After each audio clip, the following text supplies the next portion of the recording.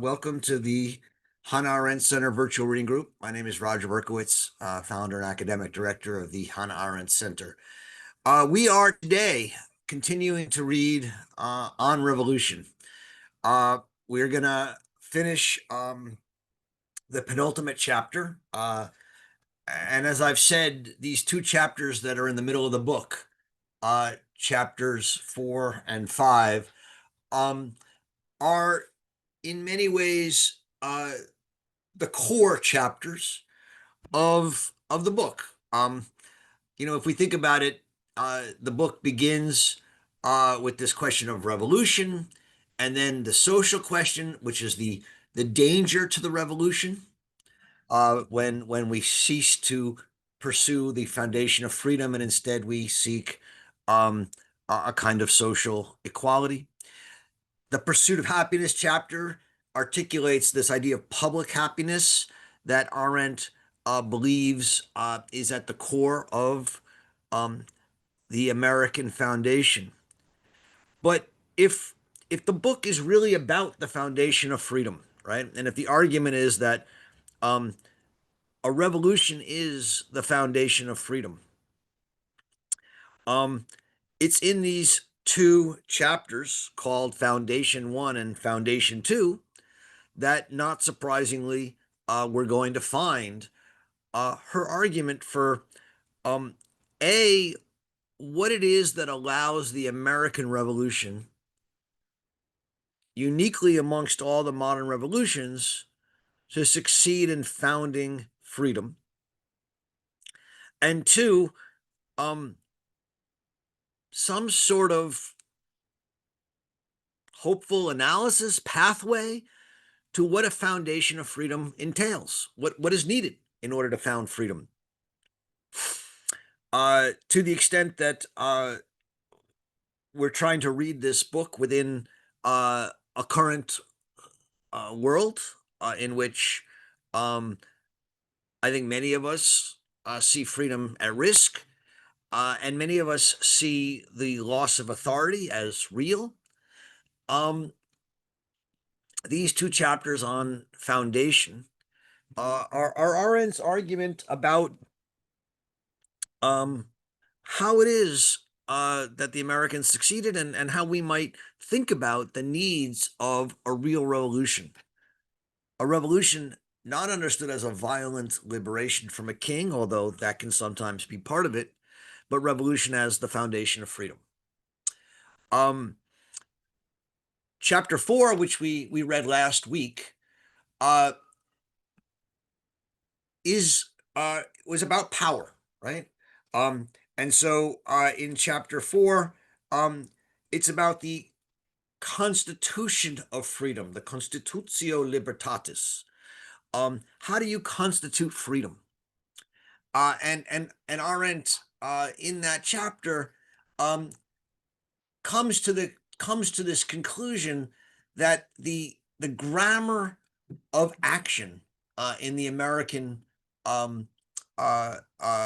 revolutionary period was to create a system of federalist power, one in which there would be no sovereignty, right? That was the key.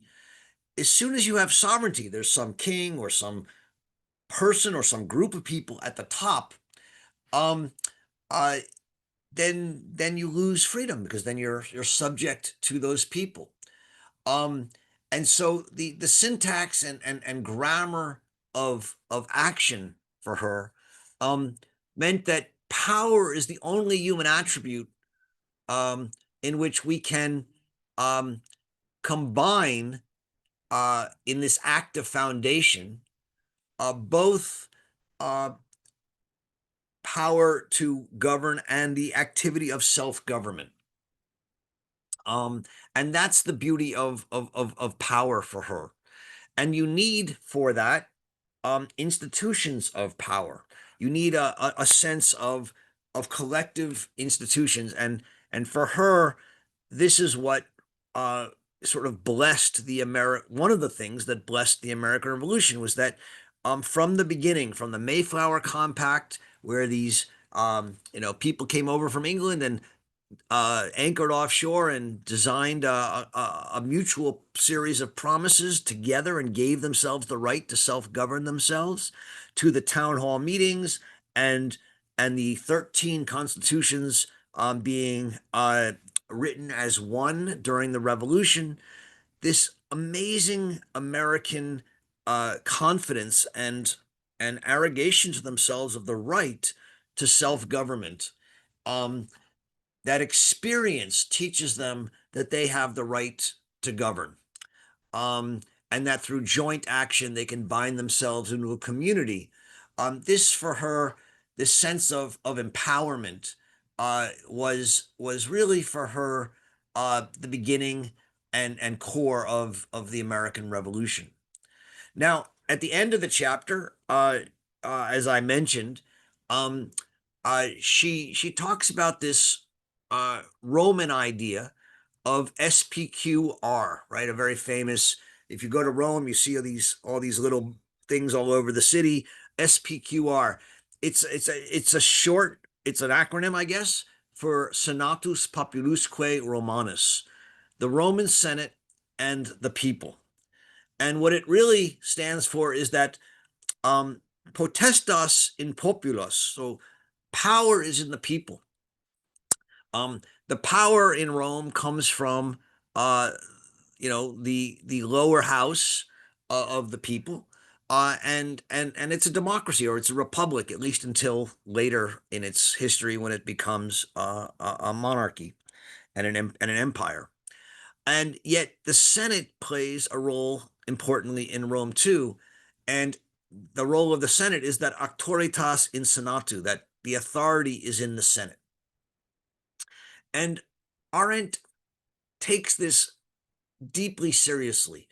And what she's saying is that in order to found freedom, you can't just base it on power, right? So, the Americans had this experience of self-government, of power in the legislatures of town halls, but also in counties and in cities and in states. And that power is real, and it gives them the sense of they have the freedom to self-govern. But power alone is insufficient to found freedom because freedom has to last. You have to believe that the freedom will last, and power is tenuous. It's fleeting. Um, and in the end, if someone has too much power, they can overwhelm freedom. Now, the premise of the American Constitution, which we talked about in chapter 4, was that what the Americans did is created multiple power sources so that they would all contest each other and no one could be too powerful. And Arendt takes that as one of the great innovations in American government. This idea that you have so many different power sources and power areas that there's no sovereign power. And yet still she thinks that's not enough. You need at some point for people to believe that the power is legitimate. You need for people to believe that the power that emerges is just and right.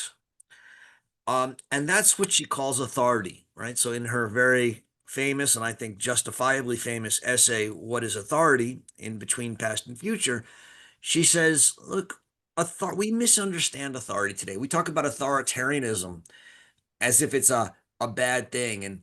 And but she says, no, authority actually is a government in which you freely give credence and credibility to the authorities because you find that the authorities are just. And so for her, authoritarian government, now, I mean, again, we use these words differently today, but a government based on authority is actually a legitimate government.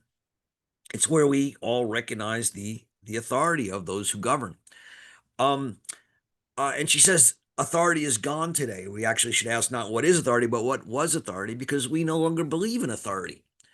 Um, and yet, without authority, right, it's almost impossible to keep a free government alive. And this is something that I think is fairly consistent in her work. In her essay on the crisis in education. She says, look, you need authority in certain places, especially in raising children, but also to some extent in government. The problem is that you can't impose authority on government because then it seems illegitimate and unjust. And so this chapter is really about how we can, in the modern world, found a revolution, not only found power, but found authority.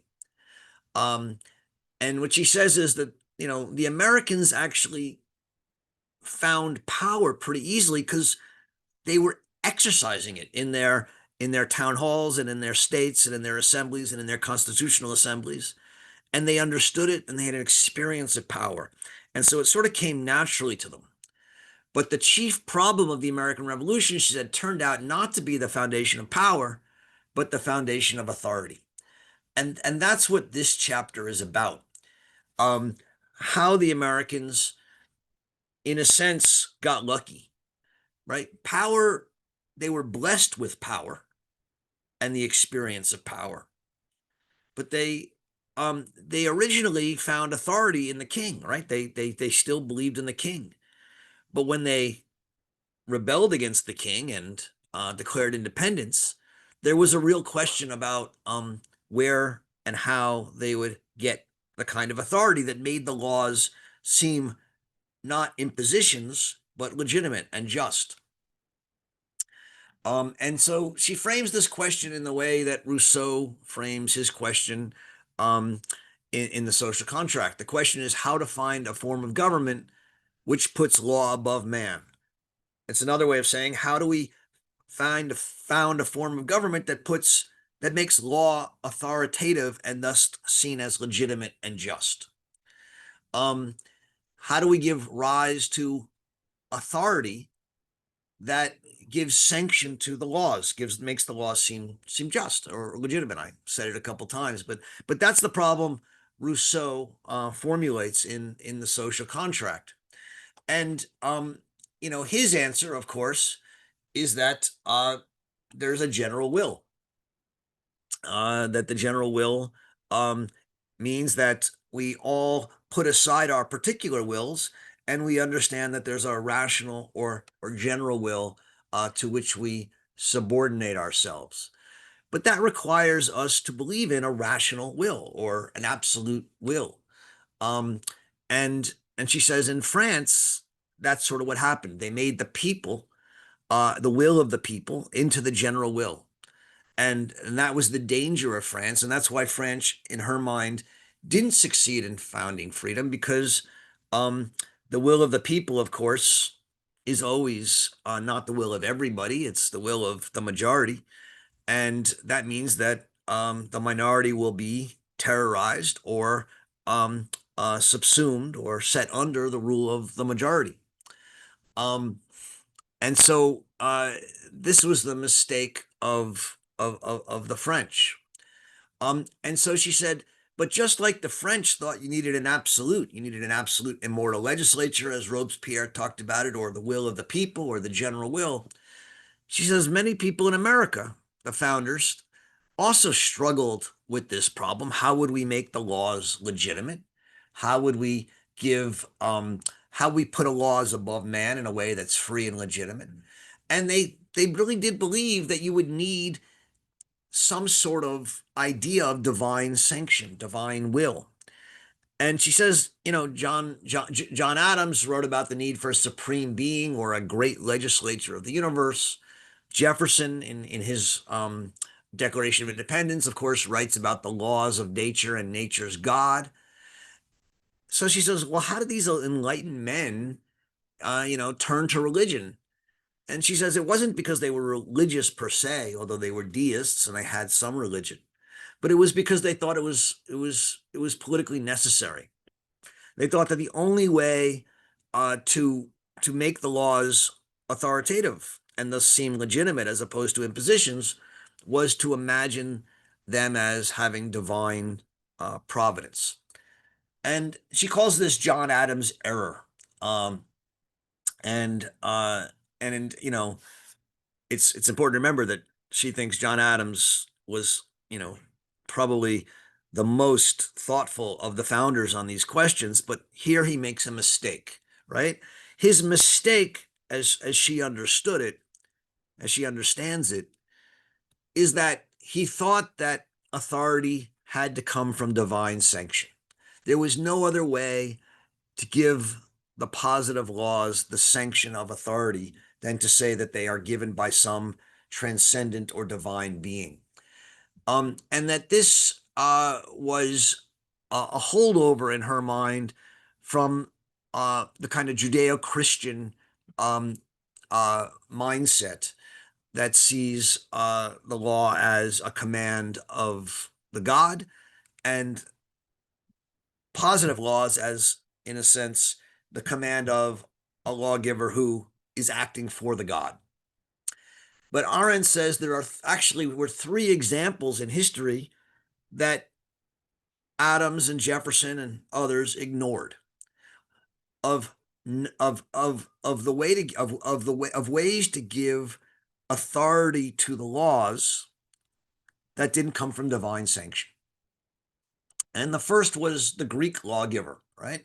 Um, and we all know the stories told in Plato and other places of how the Greeks would bring statesmen from other Greek polises to make the laws, because if anyone from your own polis made the law, they would seem interested in a matter of power. And so she says, yes, these lawgivers um, uh, did come from outside the polis, and they were pre-political in the sense that they made the polis, but they weren't divine, right? They were just people from neighboring polises who were supposed to be impartial amidst your polis, but they weren't divine. The second example she offers is Rome. Um, the Roman word for law is lex, which means a bond or a joint or a connection, what holds two things together. And the Roman power, she says, um, and its legal power was a system of alliances. Uh, you know, we'll come back to this later when we talk about the founding of Rome and the treaties. But her point is that what Rome built was a legal system of power in which all the different cities that it controlled in its empire had their own law, but were held together by alliances. The Lex Romanum was each state would have its own law, but then they were held together by treaties and agreements amongst equal partners.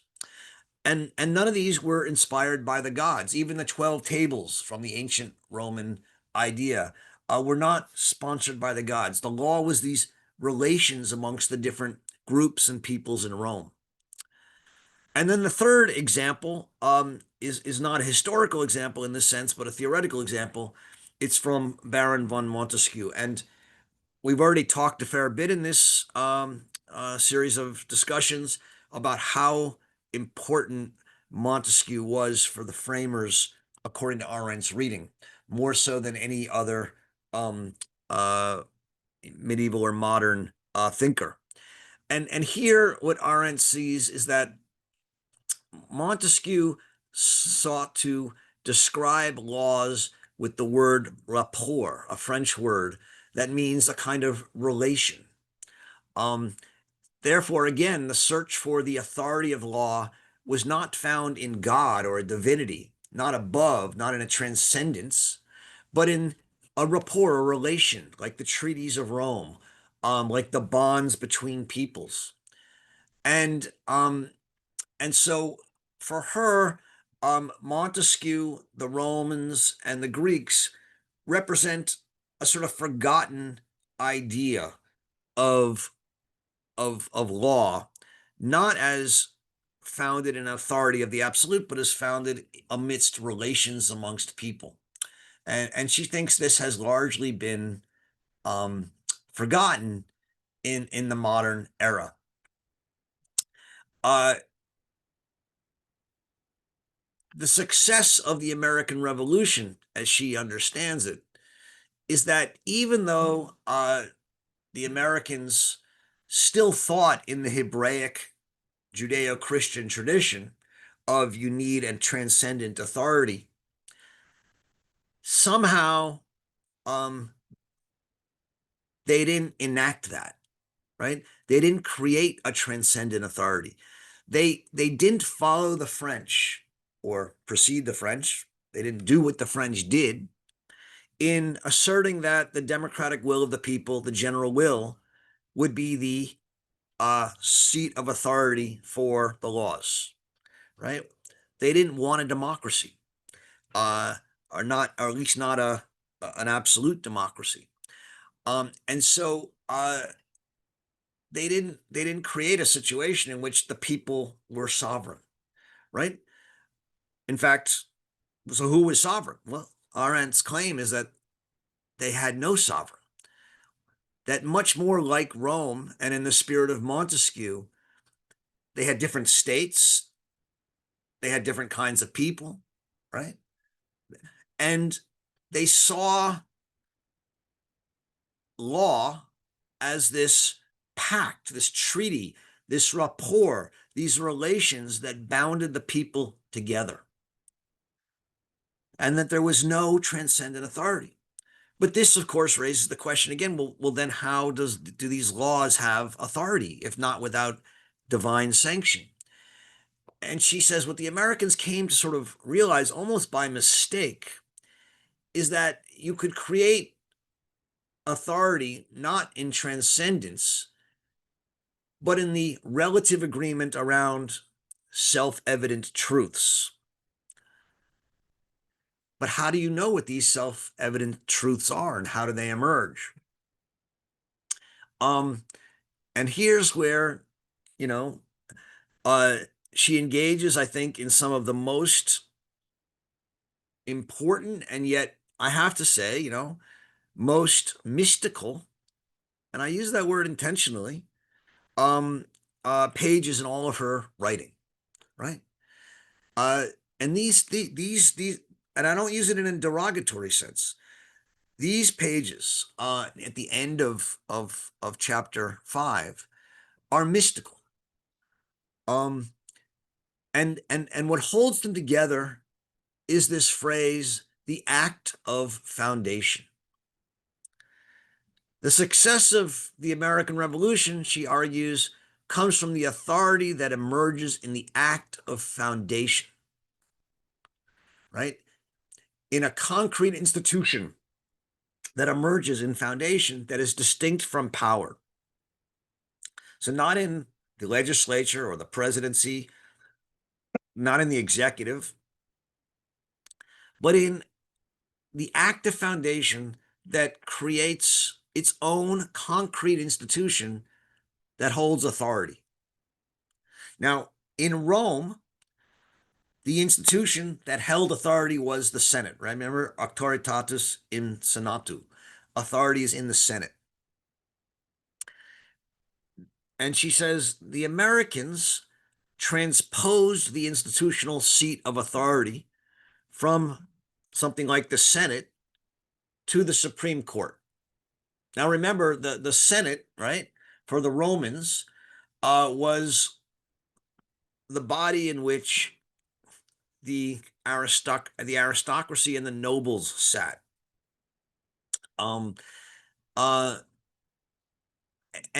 what she argues in this text, and again, there's a mystical element to this, is that the nobility and the aristocrats in the Senate who traced their descent back to the beginning, the founding of Rome,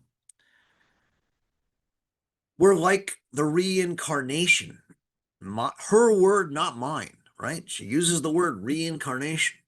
They were the reincarnation of the founders of Rome. And the point is that while the power of Rome was in the people, the Senate had a kind of authority. It had veto authority.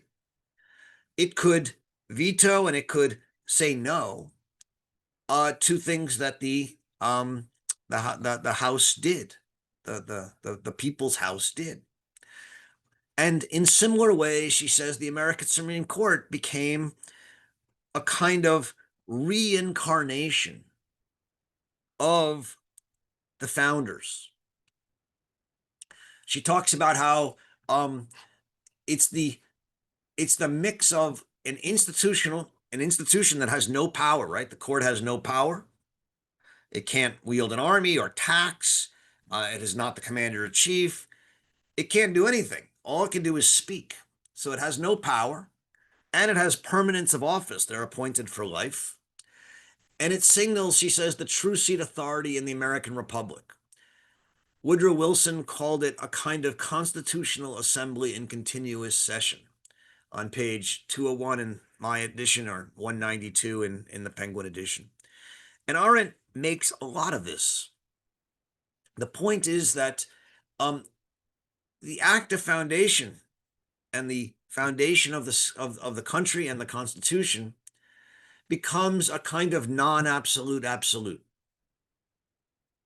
All current controversies refer back to the beginning, right? And the Supreme Court, just like the Roman senators were like reincarnations of the founders in Rome who brought the principle into the present,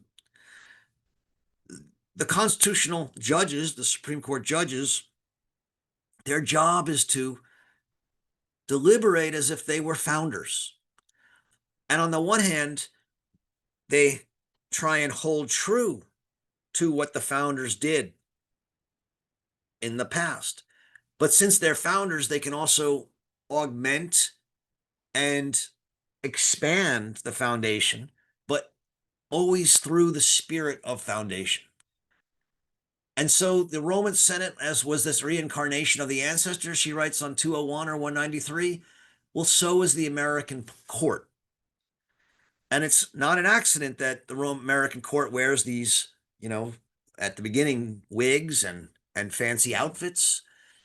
The beginning was the idea is that the court would, in a sense, play act and embody the spirit of the beginning.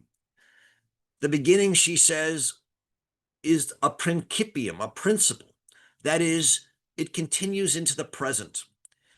And this ability of the beginning to control the present and the future, not control, but to influence and to inspire. She refers to the Latin word condere, meaning a founding, right? And it's from the Latin word for the field god, the god of the fields, the conditor, that presides over both growth and harvest. So the idea is that a founding in the field both founds the field but allows it to grow. The founder founds the principle, creates an authority, but the authority is not an absolute and is not temporally settled. It can grow and yet be preserved at the same time. And this founding, preserving idea is in the Constitution and the court, insofar as the court is seen as a constitutional assembly in continuous meeting. It keeps the ancestors present, it keeps the beginning alive, but allows for growth. This is one of those theories of the Constitution called the living Constitution, right? That it's there as a real thing, and yet it's alive and can grow. And so on page 205, 196, Arendt has this incredibly, I think, prescient line, observation, in which she says that as long as the act itself, the foundation, the beginning of America is remembered whenever constitutional questions come into play, one is tempted to predict that the authority of the Republic is safe. That is, when the court engages in constitutional interpretation, we believe that it is acting as a constitutional assembly that is remembering and building on the active foundation and the beginning, then it will be seen as authoritative. When it loses that and it's seen as simply a political actor, right, that pursues interests, we could then say, then the republic is no longer safe, right? Every time you see, someone in the news or someone say, the court made this decision by one judge and they were appointed by Obama, or they were appointed by Clinton, or they were appointed by Trump, or they were appointed by Bush. What are they doing? They're saying the court no longer is a constitutional assembly pulling back from the beginning and bringing the beginning forward, but they are a political and powerful institution. And once the court becomes that, the seat of American authority is lost. Arendt ends the chapter with this discussion of Virgil and the Aeneas. Again, the great poem of the foundation of Rome. And for Virgil, the foundation of Rome was the reestablishment of Troy, right? Aeneas escapes Troy and travels like Odysseus, and eventually comes to Rome and founds Rome. And the fact that Virgil traces the foundation of Rome not to Romulus, who slew Remus, the king, but to Aeneas, is important, because what it does is it says that the foundation of Rome is in a treaty between two hostile peoples, both the Trojans and the Romans, but also amongst the people battling at the times. And so the focus on Virgil is a focus on, again, the power of beginning as a beginning not in violence. I mean, there was violence, but that wasn't for Arendt what was key, but in peace, in a treaty, in a relation. And and it was this beginning of Rome, just like the beginning of America, that Arendt says is so powerful, and that the essence of authority is to hold on to that beginning. And so she cites this very famous line of Augustine that she loves so much, that there be a beginning, man was created. And her point is that for Augustine, men are free. They have the power to begin. Men are equipped for the logically paradoxical task of making a new beginning, because we always are on the, we're born into a world where we feel we come into a tradition. How can we begin again? And yet she says we can begin again, but sometimes we begin in a way that is a foundation, and that beginning reorients us and we hold on to it. And as long as we hold on to that beginning, as long as the power of that beginning dwells amongst us, the laws that we are under seem authoritative and legitimate and not something we are submitted to. And so she cites Plato in the Laws, where he says, for the beginning, because it contains its own principle, is also a God, who, as long as he dwells among men, as long as he inspires their deed, saves everything. The point is, and I'll just end here, that for Arendt, the active foundation requires that a beginning be made that is recognized as inspiring, right? She's saying that what Rome did, what Virgil did for Rome, and what the founders did for America, was to, in some way, act to found a new republic that so inspired people that the principle of freedom, the foundation of freedom, became something that they wanted to hold on to, and all future politics would refer back to it. All future decisions would refer back to it. And that's the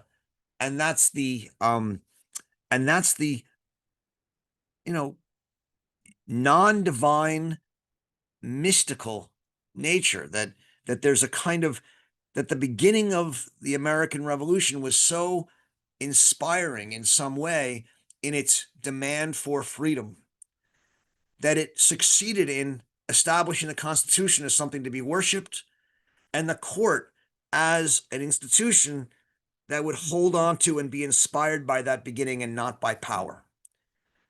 Obviously, for her, to the extent that the beginning has lost its power and the court has lost its role as a seat of authority rather than power, the foundation of freedom that was the success of the American Revolution is in danger, if not lost.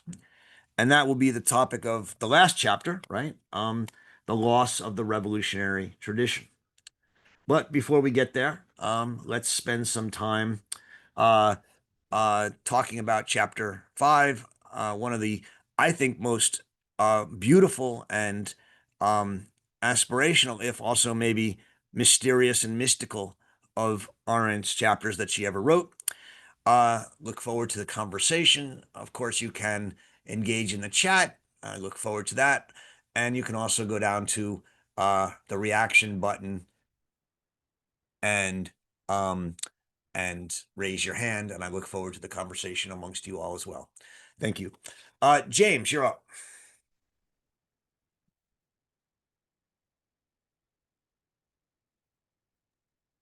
As usual, I love this chapter. Agreed with you on its power, but mystical.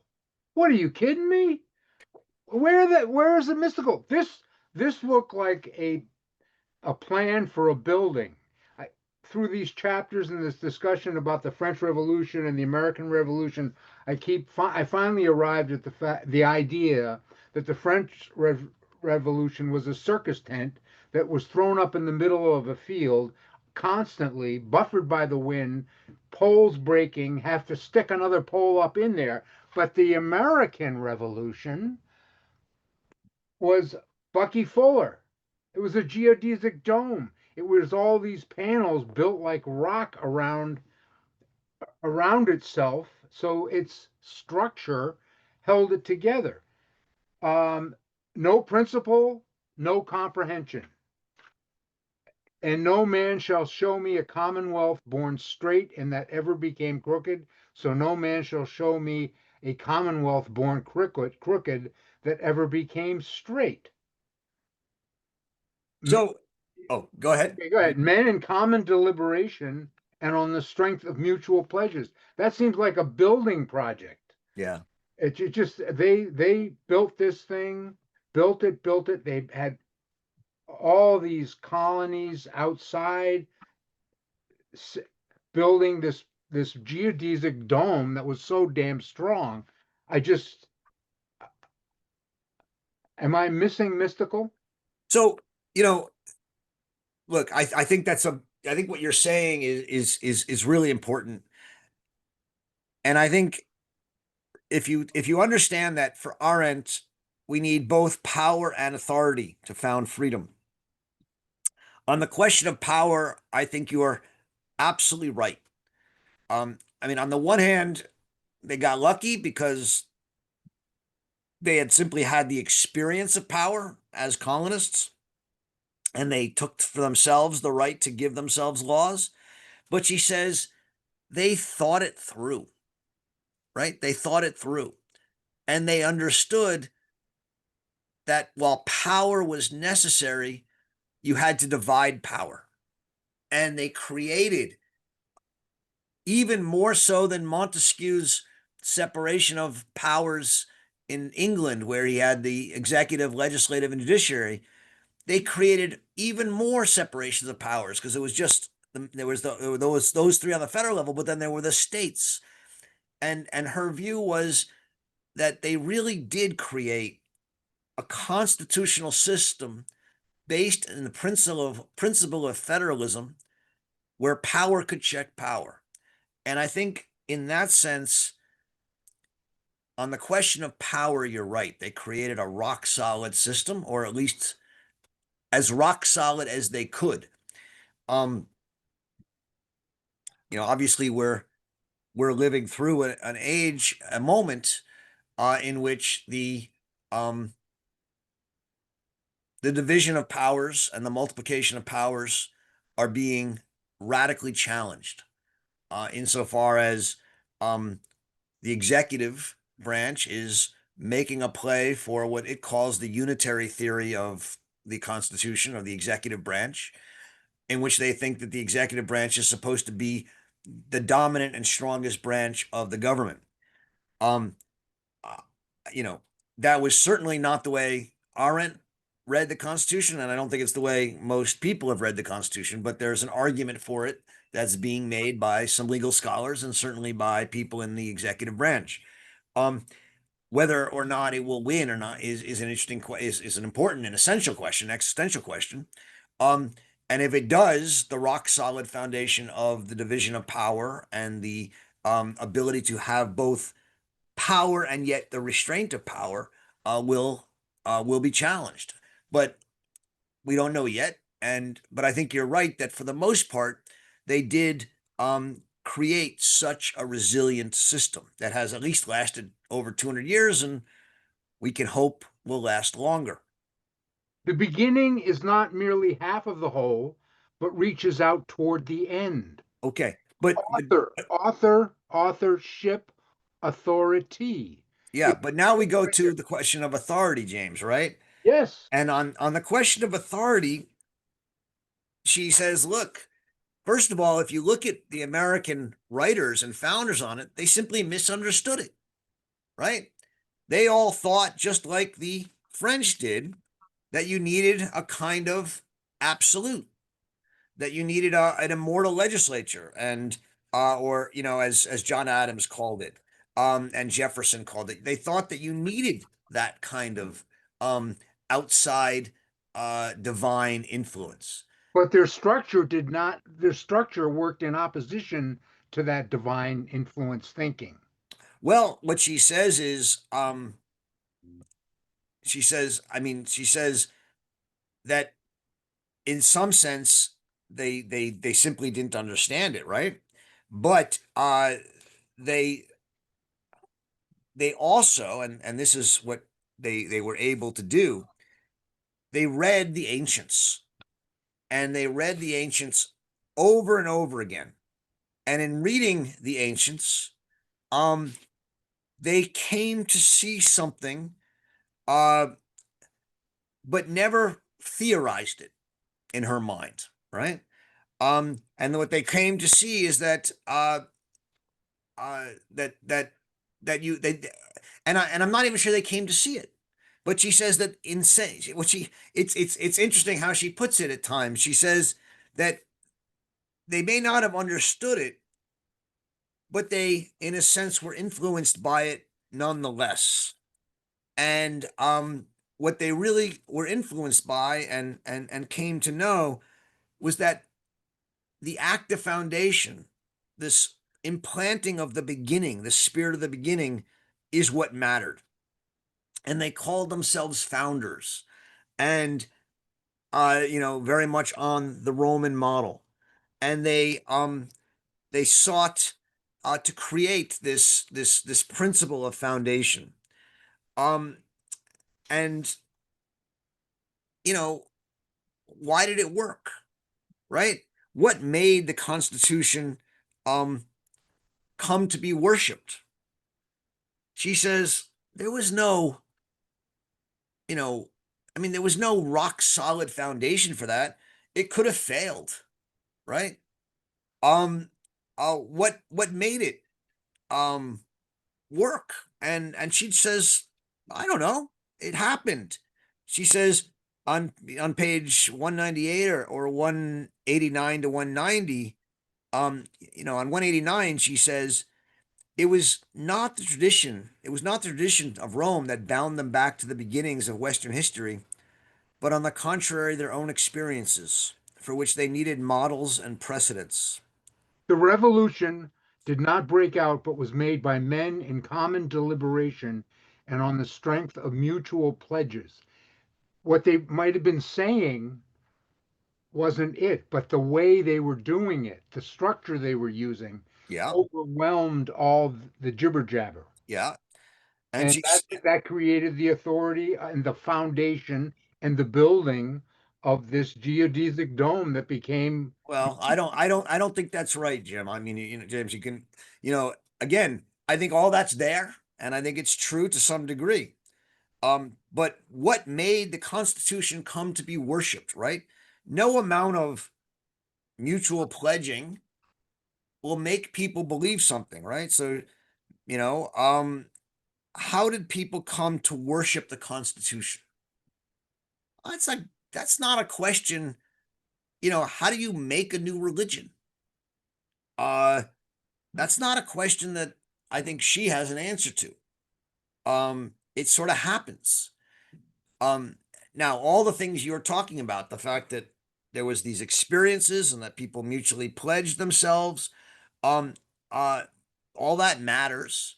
But what she's basically saying, and she says it very clearly on pages 190, right? She says, um, in order to understand more clearly for what specific lessons and precedents the men of the revolutions turned to the great Roman example, right? It may be well to recall another frequently noticed fact, which, however, plays a distinct role not only in the American Revolution. Many historians, especially in the 20th century, have found it rather disconcerting that the Constitution, which, in the words of John Quincy Adams, had been extorted from the grinding necessity of a reluctant nation, should have become overnight the object of, quote, an undiscriminating and almost blind worship, as Woodrow Wilson once put it.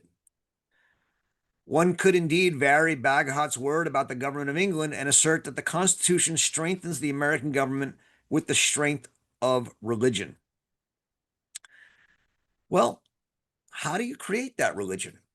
Um, she says below that the Constitution became, again, blind and undiscriminating worship because its origins were not shrouded in the halo of time.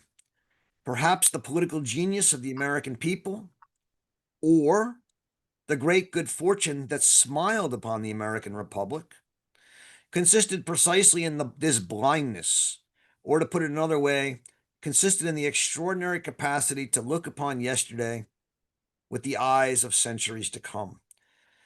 How did the Constitution come to be worshipped even though it had hardly begun to operate? She asks in the next paragraph, right? Um, and and her answer, she doesn't have an answer, but what she then does is she starts turning to Rome. And she says, um, the Americans read the Roman people, read the Roman writers, and they understood that the power was in the people and the authority in the Senate. And they shifted the authority from the Senate to the court. And what they understood, she says, and this is on page 192 to 193, right? She says the Supreme Court derives its own authority from the Constitution as a written document, while the Roman Senate, the patres or fathers of the Roman Republic, held their authority because they represented, or rather reincarnated, the ancestors whose only claim to authority in the body politic was precisely that they had founded it, that they were the founding fathers. Now, I guess when I read words like reincarnation, that's where I come up with words like mystical. She continues, through the Roman senators, the founders of the city of Rome were present, and with them the spirit of foundation was present. The beginning, the principium, the principle of those which from then on form the history of the people of Rome. For authority, auctoritas, whose root is augere, to augment and increase, depended upon the vitality of the spirit of foundation.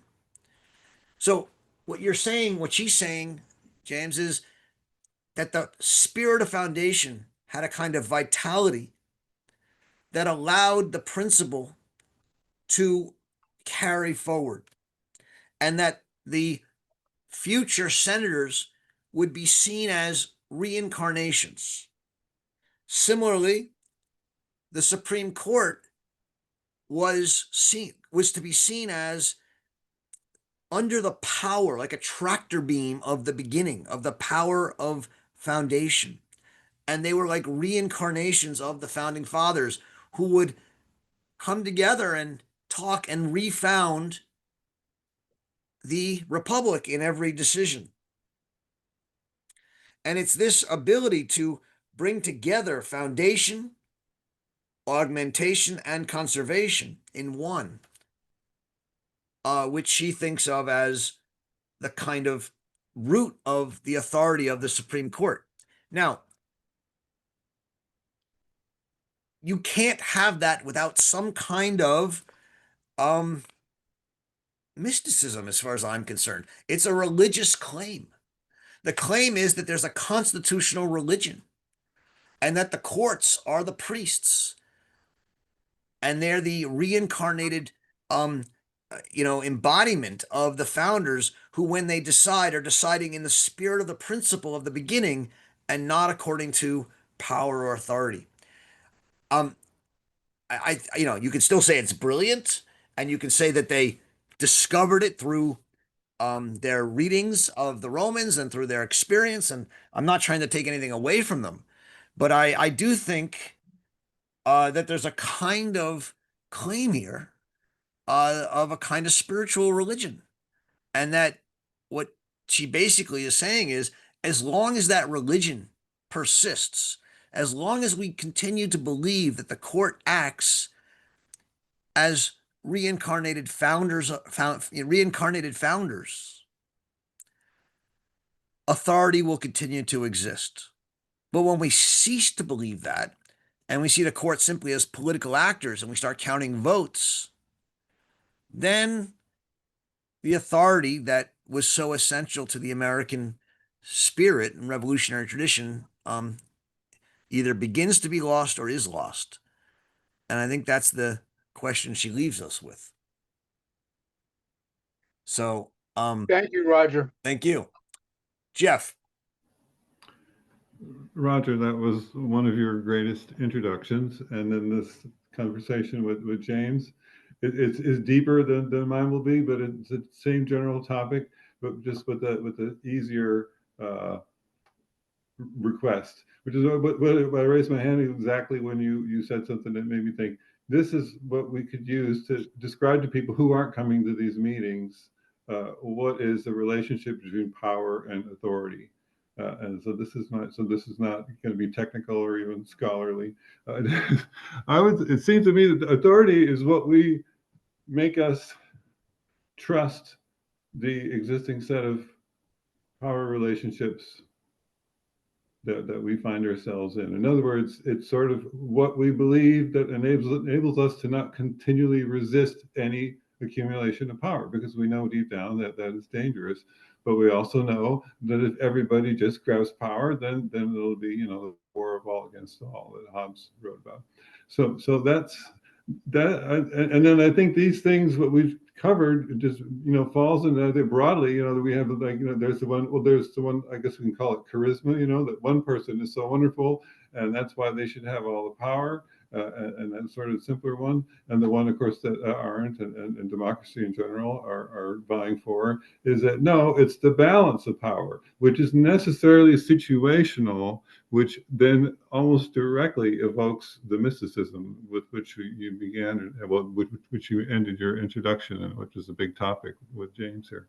That basically that it is a systemic thing. So you can't point your finger at it, because it's got to be everywhere. Everyone's got to have a toehold on this situation. That there's something equitable or egalitarian about the way we're doing this, even though maybe right now I don't like the way things are. Yeah, I think that's right. I mean, I think we're all struck, in this right now, is increasingly, we know that the Congress has lost its respect, and the trust in the Congress and authority of Congress is at about all-time low. Um, I think the presidency is deeply unpopular. Um, but the court, right, is also losing its authority. I mean, I think I don't think that's a controversial statement.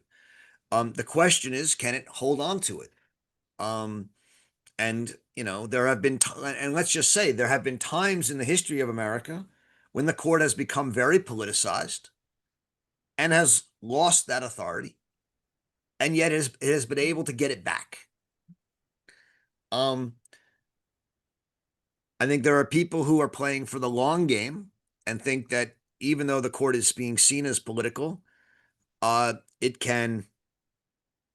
we should still demand and aspire to seeing it as a kind of authoritative institution, not a powerful one. And there are other people who say, no, we should just admit that it's a powerful institution and treat it that way. There's a number of folks who say, look, the court is simply a matter of power and we should pack the court. And you saw a number of very important Democratic thinkers during the Biden administration making that argument. They're not making it right now, but they were then. And of course, many Republicans have sort of acted that way as well. So I think we all have, I think this is an important question for all of us, right? Is to what extent the court can be, or should be seen as an institution of authority rather than power. And I think it's a very controversial and difficult question. May I add a third brief alternative to the two that I laid out? It's just that basically, yeah, from what you said, it's the idea that it's a game and that things aren't permanent. And so what we're looking for in times like this is like, are you seriously? You aren't playing the game of power anymore. You can have power if it's temporary and you do something for 4 years, whatever. But as soon as I think you're not playing a game, well, then the gloves come off and then we descend into civil war. Thank you. Thank you, Jeff. I appreciate it. Bernie.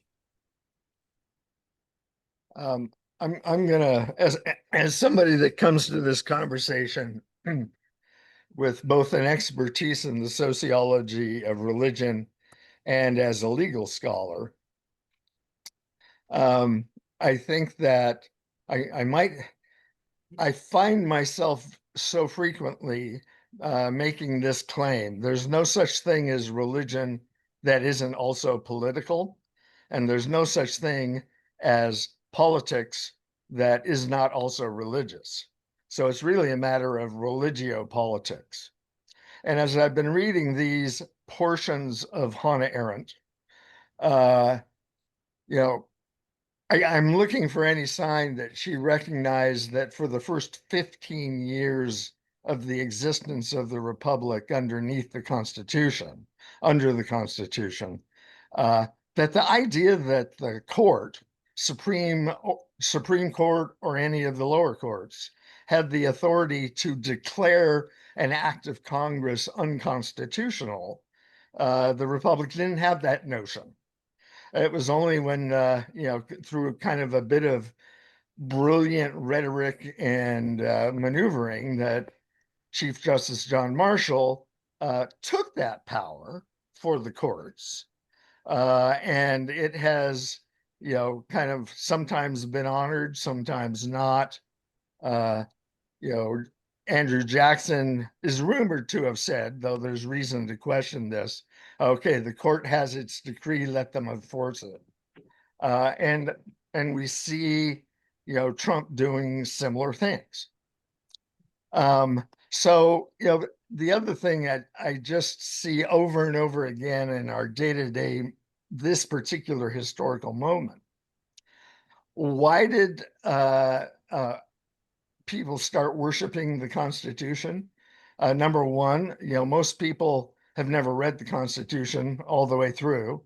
And if they have read it, they probably didn't understand a lot of it. And even if they understood it, they have no idea how the courts have interpreted those phrases over the next 250 years. And so, but there are lines in it. We have a certain segment of American society today that they love the Second Amendment, but they're not very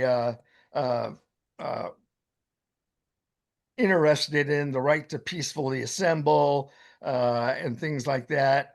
They're happy with free speech as long as they're the ones talking, but they're very eager to shut other people up.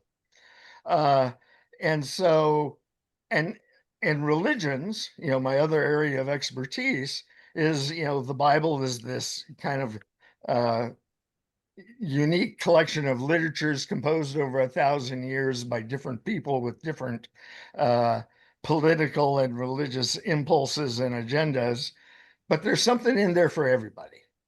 It's a fiddle on which many different tunes can be made. So it's like the Constitution in that regard.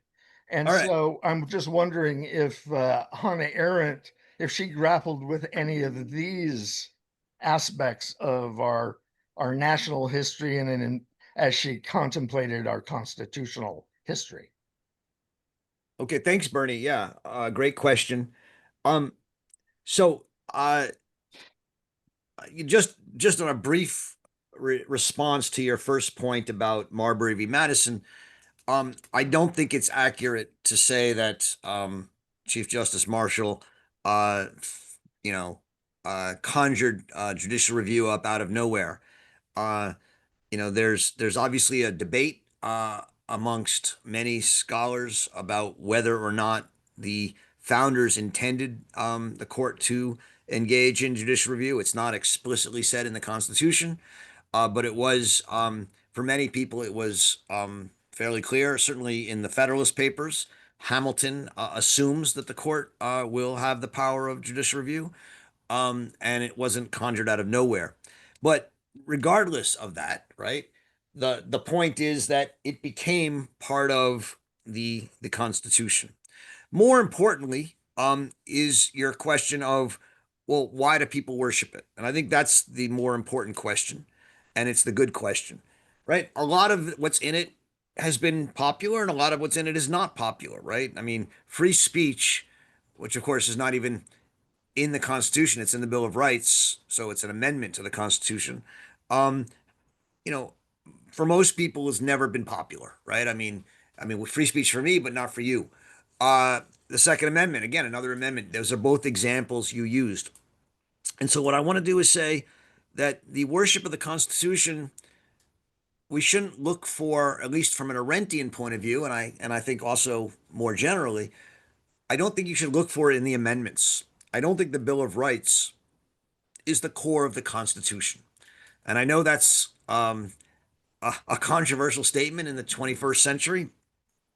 But again, until the mid to late 20th century, there was almost no um, constitutional litigation around the Bill of Rights, right? The Bill of Rights was not the core of the U.S. Constitution. So, what was the core of the United States Constitution? It was federalism. That was what most of the decisions were about. It was about the division of powers between the states and the federal and the national government, and also between the different branches of the national government. Who could make a bank and who couldn't? Um, who would have the right to regulate certain things and who wouldn't? Um, and uh, and so the core of the core principle of the Constitution, that for Arendt is what really uh, centers it, is this principle of republicanism and federalism. Name republicanism as the guarantee of a republican form of government, right? Which is what's in the Constitution in Section 4, namely that every state will have and every person will live under a republican form of government, which she thinks means a free government with self-government. Um, that's the spirit of the Constitution that I think for her was the motivating and powerful factor. Um, and yeah, did people read the Constitution? Do they know what's in it? No. But what I think she is arguing is that the Constitution came to be seen as the instantiation, as the manifestation of this principle of freedom. And the Supreme Court, therefore, came to be seen as the concrete institution designed to maintain that freedom and to declare the boundaries of it, and guarantee Republican form of government. Um, to some extent, it may be not an accident that the decline of our worship of the Constitution is consequent to the rise of the Bill of Rights as the foundation and core of the Constitution in the 20th century. It's certainly the case that the Bill of Rights becomes more important in the 20th century, only becomes important really in the 20th century. And it's at that time that our authority and our belief in the authority of the court begins to be challenged. But I think that the spirit of the Constitution that she's interested in is not in any particular doctrine or any particular right. It's in this idea that it is founds and is based in the principle of freedom that's grounded in the idea of the principle of federalism. That's how she understands it. Lori. Yeah, I mean, I found last week's discussion really mind-blowing. And she brings up the fact that the constituare, the Constitution, the creating, it's an experience. And I think America had the unique luck to have a populace that had the freedom and need to create their self-government. And so people were more, actively engaged with their fellow citizens, whether they, always agreed with them or not, but they somehow finding a way to live together. But it's I think we're sort of lost our democratic muscles unless you have a civic engagement and feel a civic responsibility, general, not some party. I don't know how to keep this foundation and what America has managed to create, and trying to limit power in the courts and the Senate, get all of that. But until more people step up to, engaging with the need to find ways to work with each other, you can't outsource it to party politicians. Yeah. And then we wonder why things go wrong. And I think the idea of tyranny equals, nobody is sovereign, and this thought that I can do what I want, you can't have a society on that basis. But I was just wondering if I read too much into some of her her thoughts and your comments about the importance of having a broader public engagement with the civic political space, and the fact we have to step up to taking our civic responsibility and holding politicians accountable and looking at all the complex issues and figuring out what is best to do. And tapping on collective intelligence. I mean, from today's conversation, to me, it sounded like you had, a small group of elites who, dipped into Rome and came up with this structure. I think there was something deeper there. I think what they did was great, but without that public buy-in, to keep this, 200-year experiment on track, I don't see this, it's just a structure. Yeah. Thank you, Lori. Great questions. So I think everything you said is right. And so let me just, comment on one or two parts of it. Um, the idea of democratic muscles that you talked about, or civic republican muscle. I mean, I think it is, again, I don't want to make too much of it because I know we speak a certain way. Um, but Arendt um uh really does distinguish between republicanism and democracy. And as did the founders, right? They were not Democrats. We have um embraced the word democracy instead of the word republicanism. Um, uh, exactly why and how is an interesting question, and I think it would be an interesting. I mean, I'm sure there's been stuff written on it, um, but for Arendt, republicanism um, always has to be understood within the term res publica, the public thing. And so when you talk about civic responsibility or broader public engagement, um, republicanism is about not just the will of the people, but the will of the people that aims at the public good, the commonwealth, the good of the people, the wealth of the people, and the good of the people, and wealth in the broadest sense of the term. Um, and that was the form of government that the founders wanted, and they were afraid that democracy would corrupt that, and that you had to protect against democracy, which is why the Senate was not elected by the people but by the legislatures of the states, and why the president was elected by the electoral college, um, and why there was such divisions of power. That's where all that comes from. This does raise the question of elitism, and Arendt is going to talk about that at the end of the book in the last section of chapter 6, and so we'll talk more about it then.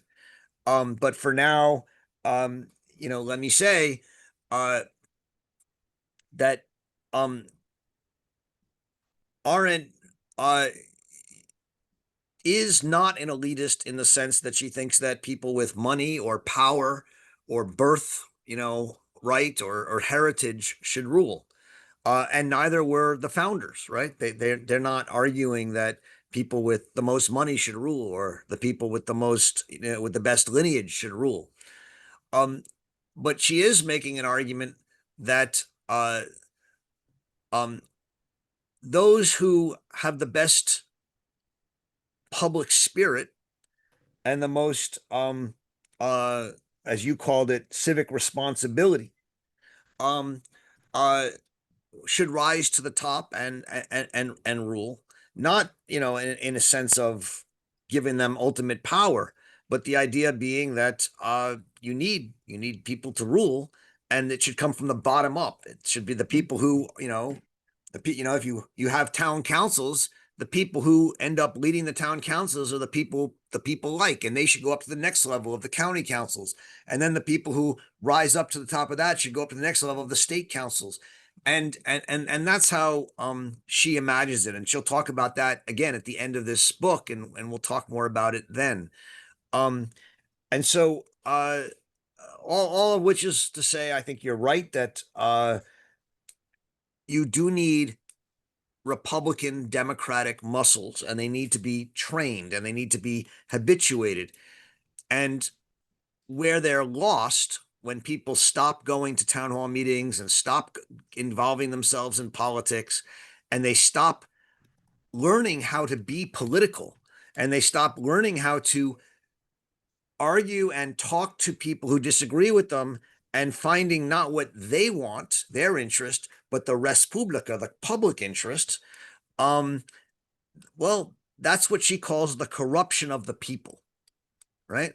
And again, we'll get to this at the end of the book, but the argument she makes at the end of the book is that when republics die, it's not because leaders at the top betray them.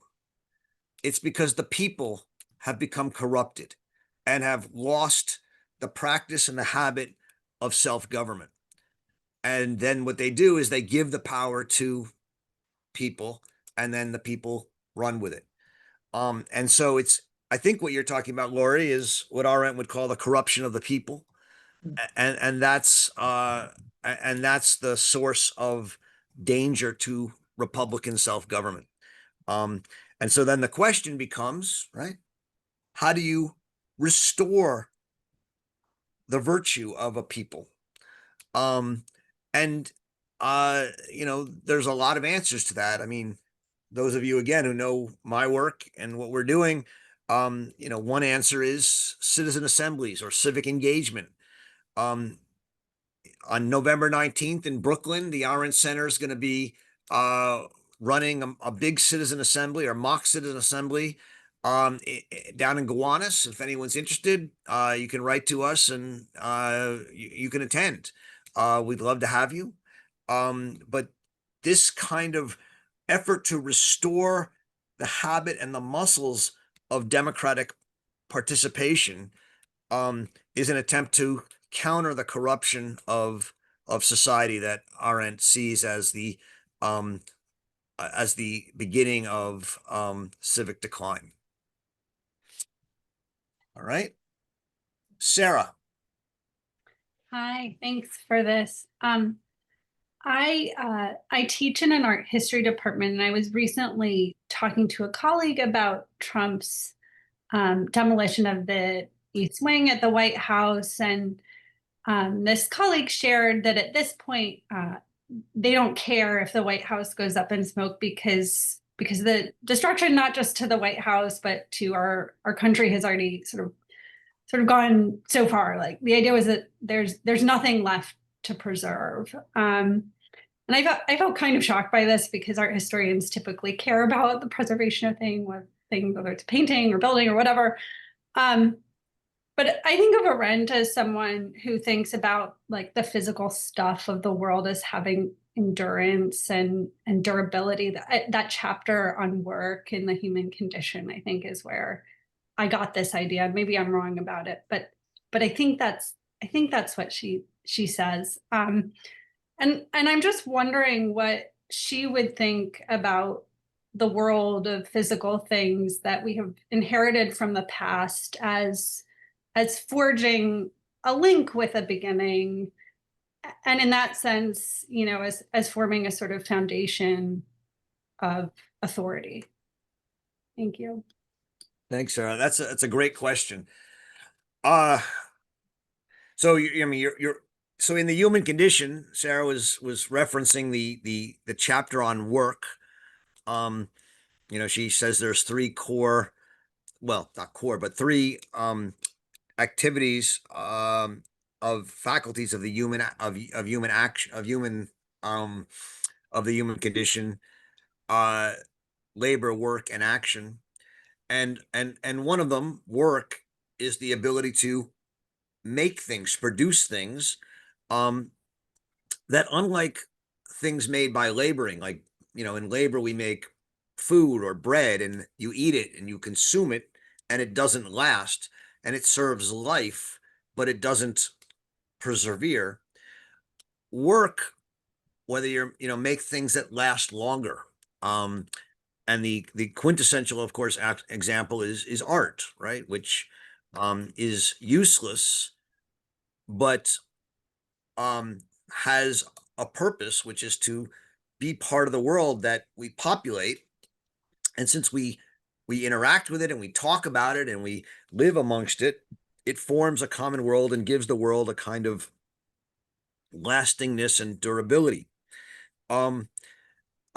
In this sense, monuments, works of art that are designed to hold on to and help us remember the past, are part of that world and are part of the durability of the political world. So absolutely, if you imagine, as Arendt does, that the act of foundation is a beginning that has to be carried forward. The products of work that help that principle be part of our world are absolutely essential. Now, the most obvious sort of thing that's produced is the Constitution, right? And so Arendt doesn't take lightly that the Constitution is a printed thing, something that you can go to, and look at it. And in looking at it, you can sort of, you can't touch it anymore, but you can see it, and it becomes a thing that we hold dear. And the sort of parchment paper and the tattered edges, it's in all of our images and ideas, and that matters. So too with the robes of the Supreme Court, and so too with the architecture of the Supreme Court building, which I think was built significantly later, but is part of the sort of neoclassical style, just like the White House was hopefully, remains, that calls us back to this idea of classical values, right? Roman, Greek architecture. And for Arendt, holding on to that Roman and Greek tradition, in which authority is grounded in the beginning, is essential. Now, that's why I think you can make a good argument that the architecture of the White House and other buildings and the style is important. Now, of course, there are other styles in America, right? The Empire State Building or the World Trade Center. These are a more brutalistic and different style. And there's no doubt that one element of the American founding was not, classical freedom, but was reaching for the stars and progress and money and growth. And that is part of America. But the political part of America, right, was always seen in the style of neoclassicism and a rebirth of the Roman idea. And that's why I think, Sarah, you're right to be concerned about what's happening at the White House. I mean, the East Wing of the White House, which is what was been destroyed, was built much later. I'm actually confused as to when it was built. I've read stuff that it was built in the 1940s, but then other people have told me it was built earlier. I'm not entirely sure when it was built, but it was not built until the 20th century. So it's older, but it was designed to reflect the same style as far as I understand it.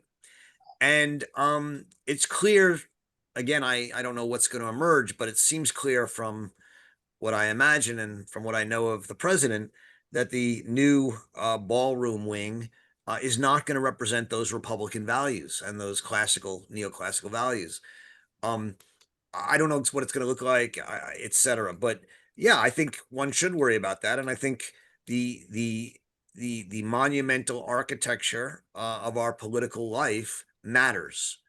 And and I think it's worth fighting for. I'm not sure what we can do about it right now. I mean, but there are, I guess what I would say is, as long, we're not getting, as far as I know, you're not getting rid of the White House, the main White House. You're not getting rid of the Supreme Court or other buildings.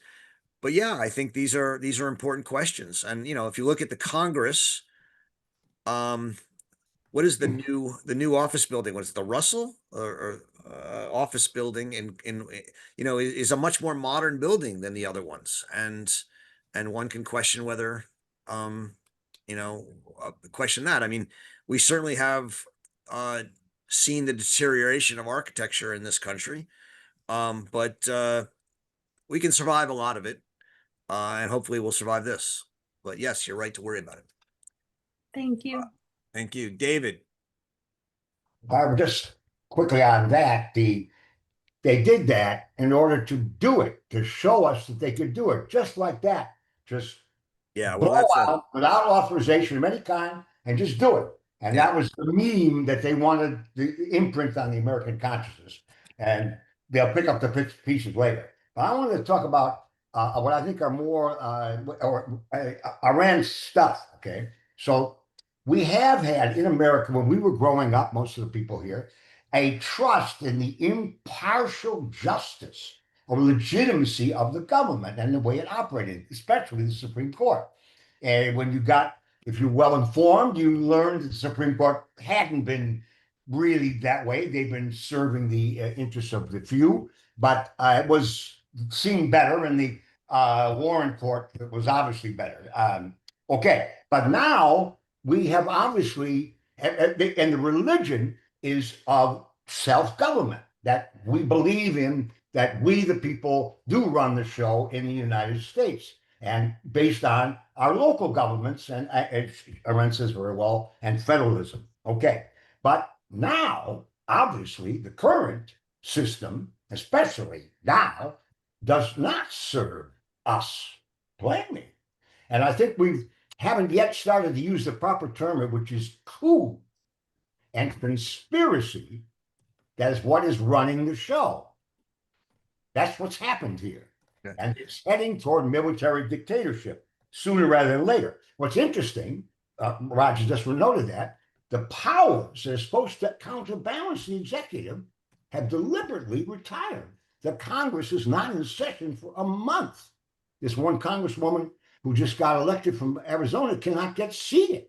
David, everything you're saying, like there's whether we are, whether we're seeing a coup or not is still, I think, an open question. I mean, Yeah. whether, Okay, you want to wait? Let me pick it on. That's not my main point, because where you went was good. The solution is that we need this new source of legitimacy and authority, and that can come from, as Arendt is going to tell us, a lost treasure, workers' councils, Soviets, and as Roger just said, I was about to say, citizens' assemblies. When we all get together with the no kings, we've all held up signs, but that doesn't go anywhere at all. It just is a general, well, we don't like this. Well, wait a minute, we got to go further than that. And Roger, I'm thrilled to hear that you're doing a specific event about constituting what should happen instead. With some, if you're in New York, reach out and join us on the 19th. We'll be doing it in Brooklyn. Let me get. We're final factor is propaganda. We do the right thing, we think the right way, but we don't promote to the mass public what these wonderful alternatives are. Roger, you're planning to do a television special on your November 19th event? That's what we need to do. Stage it, edit it, and put it out so a lot of people see it. Well, we're hoping it will lead to a bigger citywide citizen assembly in 2026, and that's our goal. So we're working towards that, and that will be televised. George, we're out of time. Do you have a quick comment, or should we wait?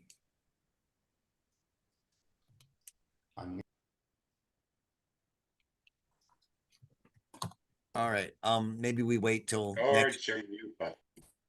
All right. Thank you all very much. I'm sorry about the chaos at the beginning of the call. But it was enjoyable. I really thrilled. Great questions today. I think Yana, we're off next week, right? Is that correct? Exactly. No virtual reading group next week. And then on November 21st, we're reading part 1 and 2 of chapter 6. So we'll read 1 and 2 of chapter 6. Chapter 6 is a long chapter. It's brilliant, and it's where you get to what a lot of you want to talk to. It's about the lost treasure. And so it's about the problems of the 20th century now into the 21st century. And so I really look forward to talking about it with you. Enjoy reading Hannah Arendt, and I'll see you in 2 weeks.